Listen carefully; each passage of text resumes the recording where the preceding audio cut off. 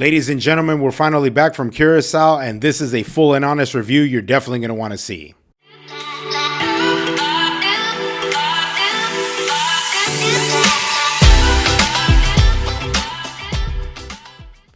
Welcome everyone to another episode of K&J Travels, and in this episode we are going to give you our full and honest review of our time in Curacao as well as our experiences and our stay at our resort. But before we get started, please hit the like and subscribe. I'm trying to reach 1,000 subscribers. We are just north of 300, and for everyone that has been through this journey for a while, we welcome you back. And if you haven't gotten a chance to see our 3 episodes in Curacao, I strongly suggest that you guys take a look and tell us what you think and hit that like as well in each one of those videos.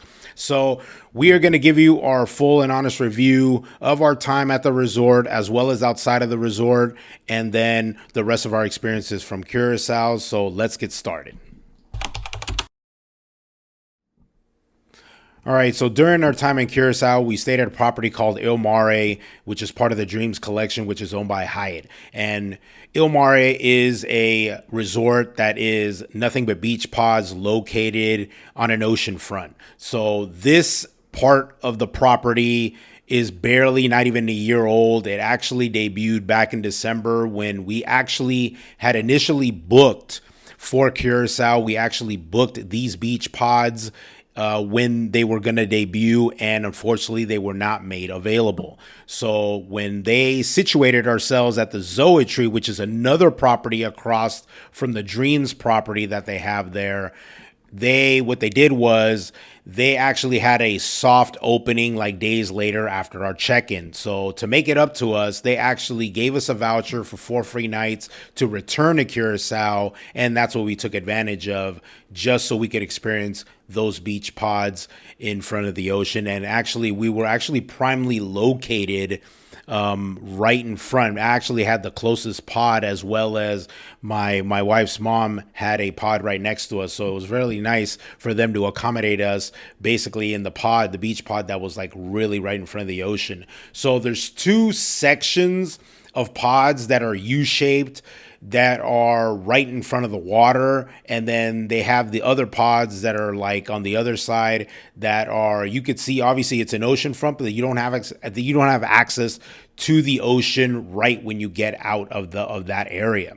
So that's basically how that resort is set up. And then you have your restaurant Batellino as well as the Bar Blue located on the other side, and then you got your pool, which is a long lane pool with a couple of beds on both sides, and it's overlooking this beautiful view of the ocean. So that's basically how it's set up. And it's just, the property looks really nice from how it is. And then like the setup is pretty self-explanatory. I mean, they got tennis courts on that side as well, and there's only basically 1 restaurant and then 1 main bar in that resort, in that property. All right, so let's get into the room or the beach pod that we were allocated. We were actually given a beach pod number 14. So that is located about the closest to the water. So out of the U-shaped, groups that they had on that left side, we're actually allocated the closest. And then right next to us at pod number 15 was my wife's mom. So we had the 2 closest ones, closest to the water, depending on where you're at. But the room, as soon as you walk in, you got your big king bed, and then that's overlooking like a sliding door that if you open the curtain, you could actually, the beachfront is just right there. And behind it is you got your mini bar, you got a desk, and then you got your closet, and then the bathroom and the shower behind it. It's a rainfall shower back there. So it's not as spacious as it needs to be. It's just big enough. The closets are very spacious. You could actually unpack and put clothes there. But as far as putting your luggage inside, that is not possible. You'd have to probably like accommodate it on the side. That's probably the only issue I might have had as far as the room was concerned. But the setup was pretty cool. It was just big enough, and it managed to fit all the things that I needed. I didn't get the vibe that it was too condensed or anything like that. So I just thought it was just big enough. I mean, managed to accommodate all my things without, my equipment, for example, or my clothes getting in the way. But the just to open the door, and then right there you have the access to the ocean, and I could see a sunset there sometimes, and so it's pretty cool. So the room itself, I really liked it. I like the setup, and I mean, you're basically paying for location. You ain't getting some big, luxurious, spacious room. Basically, which, like I told you, they're beach pods, and they're just, primely located in an area where it looks, as you look out, it looks beautiful. So that's the setup of the room. Okay, let's quickly get into the amenities that go along with your reservation and your room. You are assigned a butler, which is that person is the point person to everything you need taken care of, whether it's room service, housekeeping, making a reservation at any of the restaurants, not only at Il Mre at the property you're staying at, but because you also have access to the Dreams property as well as the Zoetry property. I'm only going to briefly talk about the Zoetry property in this video. I'm mainly going to concentrate on the Il Mre part of the property, but definitely what you're getting is, like I said, you're going to get access to the two other properties, but you are assigned a butler that person is supposed to be responsible for anything that you need. So like I said, if you need room service at a certain time, you want a reservation to be made, or you need extra towels, just anything you need, that's the point person you go to, and that's what you're getting with that stay at Il Mre. Okay, so let's talk about the only restaurant that's at the property, that is called the Battellino, and that is across from the main bar, which is called Bar Blue, also located in the pool area. So that is the only restaurant that is on property on that side on Il Mre. We only came for breakfast in that restaurant. We never had lunch, and we never had dinner at that restaurant. And they also do room service there. So I kind of learned something when I ordered room service 2 mornings out of the times that I had at the restaurant. All the food, I assume that is cooked, that is ordered at room service, it comes out of whatever kitchen that comes out from that restaurant. So the breakfast that we had there, I liked it. It was really, really good. It was very fresh in comparison to maybe the Zoetry that I remember way back when. Or, I mean, I'm not even going to count the Dreams, but I could only tell you about the breakfast that we had there, and I liked it. It was great. So I had some scrambled eggs, I remember potatoes, and then some pancakes that we had there, and it was great. And they also served lunch by the poolside as well. Like I said, we didn't have lunch at the poolside. We were hardly hanging out at that poolside for this part of the trip. Very first time we did, and we did order some items from that poolside during lunch. So, but just to tell you, that is the only restaurant there. And then the bar Blue, which is obviously the main bar. So if you wanted to order a drink sent to the room or whatever, it comes out of that bar. So, and then the pool side, I'll just talk about the pool side very briefly. It is a elongated pool. It's got beds on two sides. It's got some canopies, and then it's overlooking a very nice view out there of the ocean. I mean, out of all the, I guess I wouldn't say scenic, but I would say, things that look pretty nice, visual wise, that is one of them right there. Definitely that pool, the way that looks overlooking the ocean is pretty prime to me. So that's something to behold. So those are a few of the positive things right there. Okay, so I am going to get into possibly my biggest issue with our entire experience at the Il Mre, and that was the inconsistency of service. The employees there were not, they were being as helpful as they can. They're really nice people, and that's not I think systematically there is a serious issue with the consistency of the service, especially when it comes to food and drinks. What do I mean by that? Room service in the morning looked very consistent, but at night it was a different story. So it was definitely literally like night and day. At night, for example, I would text my butler if I needed some drinks or I needed a bucket of ice, or we ordered some food at night just in case before we went to dinner because we were hungry. We were trying to get a quick bite to eat. And normally it's always a 45-minute wait. They always tell you it's going to take an hour, and that's normal room service. But the problem was there were nights where either orders were wrong or they weren't coming on time and it would take forever. I remember one night, I believe on a Saturday night, I I had ordered some food and some drinks. It took over 2 hours and I got drowsy to the point that I had to go to bed.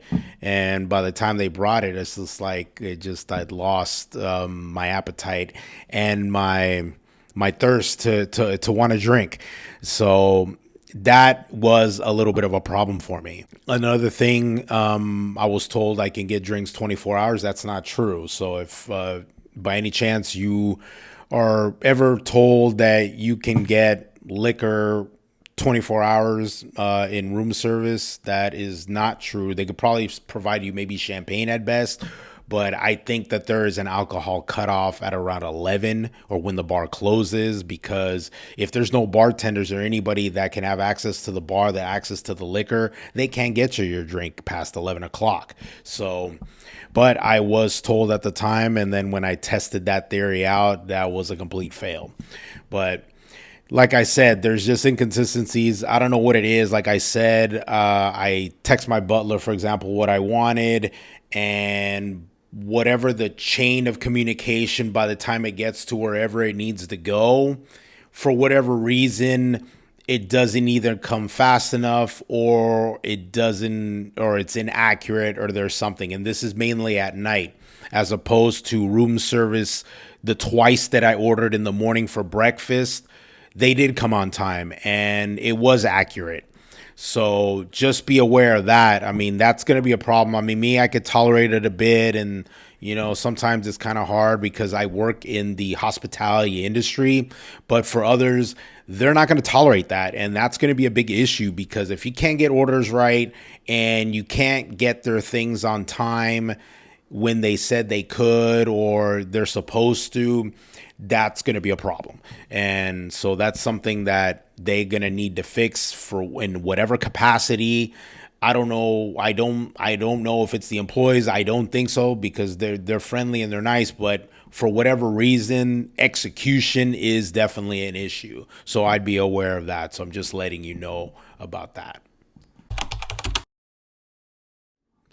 All right, so let's get into the activities we did outside of the resort, which was probably my favorite part of the entire trip. And that is just going out to the beach. We did take a tour at the Klein Island, which is like about an hour and a half to 2 hours away. First, I'll get into the beach that I got to visit. That is the Canepa Grande Beach, which is about 45 minutes away from the resort. And why do I say that? And why I'm going to get into what I'm going to say right now, which is highly recommended. I think you guys, if you guys ever get a chance to do outside activities outside the resort, it's highly recommended that you rent a car. Why do I say that? Because the taxis are extremely expensive and there's no Uber nor Lyft around in Curacao. So if you want to avoid the high prices of taxis because you want to go to and from outside of the resort, highly recommend that you get a rent-a-car. The driving out there in Curacao isn't difficult. There's just a bunch of roundabouts. There's not a lot of like traffic signals and stuff like that. It's a lot of scenic routes, a lot of long roads. So the driving, like I said, isn't difficult and you should be able to manage it. And I would, like I said, if you want to get to these certain destinations so you can enjoy more of the country, rent a car and get out there and visit a beach or two, or take the tour of the Klein Island like we did. And the company that we booked our tour was Miss Ann's boat trips. So I'll leave that in the description. The first time that we booked the trip to the same island, we went with Mermaid. So I will also leave that as well, but you could just check out a video that I will post also in the description of our tour through Mermaid to the Klein Island. And if not, you could also check out the Miss Ann version of our tour in our video that we took about a couple videos ago. So just you want to search through the channel to take a look at that. But both of those trips were great. I got to do a lot of snorkeling. There was a lot of fish under there, so I got some underwater footage. So if you haven't seen any of my videos about that,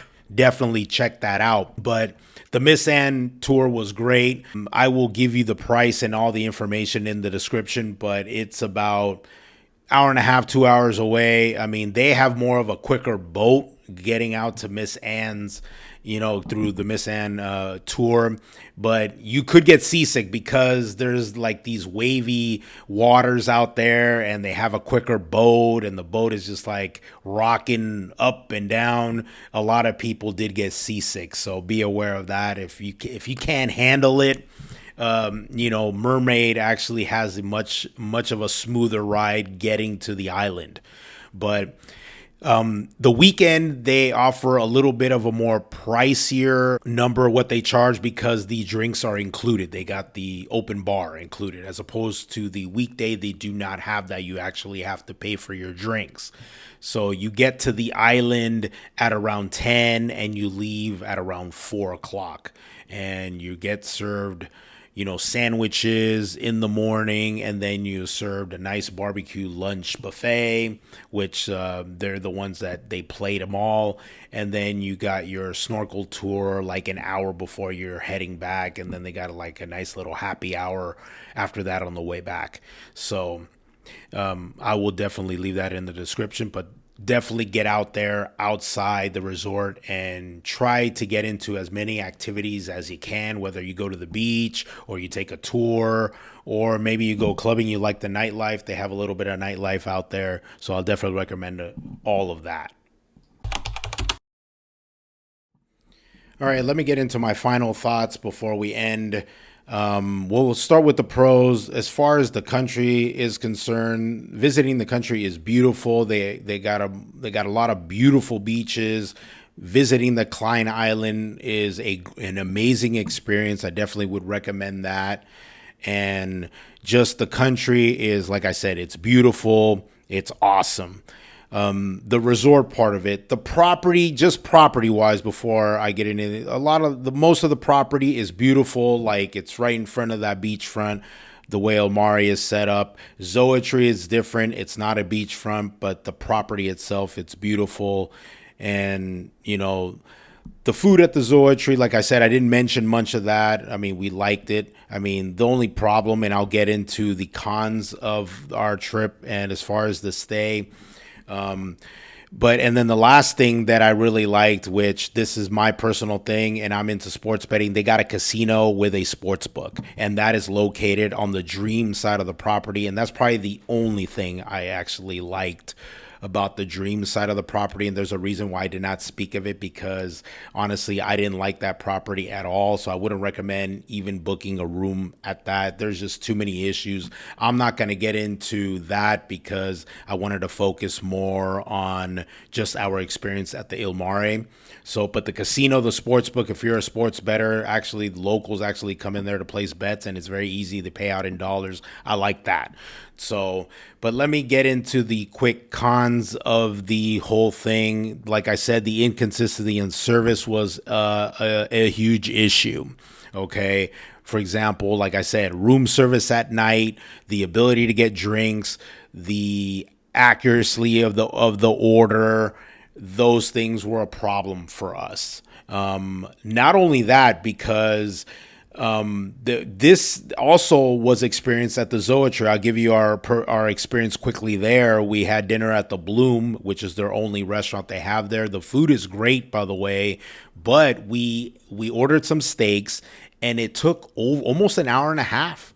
And we were willing to be patient and stuff like that, but it took very, very long. I don't know what was backed up in the kitchen or what the delay was, but it took a long time, to the point that there were other couples that were next to us, seated next to us, that they were so upset that they got up and left.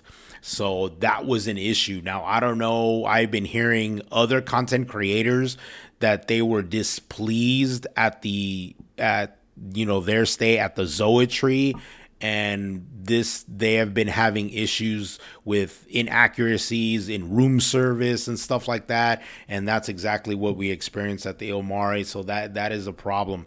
And like I said, people are not going to be able to tolerate that, because if you can't execute and you can't adhere or keep the customers happy with what they want, people are not going to show up, and people are just not going to go to the resort. And I'll tell you what, though, quickly, at the Dreams, it's like a far worse. I'm telling you that right now. So, visiting the country, like I said, I would recommend, but I would try to experiment, maybe getting an Airbnb outside the resort, because there's so much to do. I actually had more fun outside of the resort as opposed to inside of the resort, because I probably could have gone to a local supermarket like the Califor, if you saw in one of my videos, and I could have probably got liquor. I could have probably got anything I wanted at a decent price. And if I stayed at an Airbnb, I could have probably maneuvered that. But just staying at the resort was a little bit of an issue in terms of service. But I mean, like I said, the employees were friendly.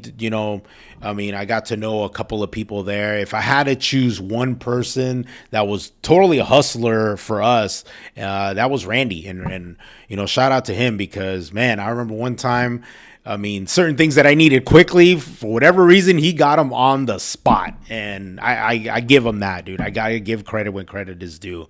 And, like I said, the employees are friendly. They're cool. But for whatever reason, systematically, like I said, there's issues in terms of service. And I've heard other content creators have the same experiences while being at whether the Il Mare or the Zoetree. So I'm just letting you know. Would I come back? I don't know. Like I said, Curacao is located like an island right outside of Venezuela. It's like almost 11 hours to get there. I got to go through Panama and all that stuff. I know people are more convenienced than they want to go to like Mexico or Jamaica. Those are very fun places to go. I love Curacao, like I said, but maybe I would give the country a chance, to visit again if I probably stayed in another resort, just to get a comparison of the quality of what I'm getting for my money, because we pay a lot of money for these resorts and we expect, the best of what we're getting for. So you just got to understand the expectations behind that. So I am going to end this video. Like and subscribe. Like I said, I want to be able to achieve 1,000 subscribers. You can help me out. Tell somebody else about the channel. And if you're new, I welcome you. And if you've been here throughout this journey, continue to stick with us. Hopefully you could support us, watch most of my videos, get those views up, and hopefully we can get those likes up, and helps the algorithm, helps me out, and to keep this passion going. So without further ado, safe travels.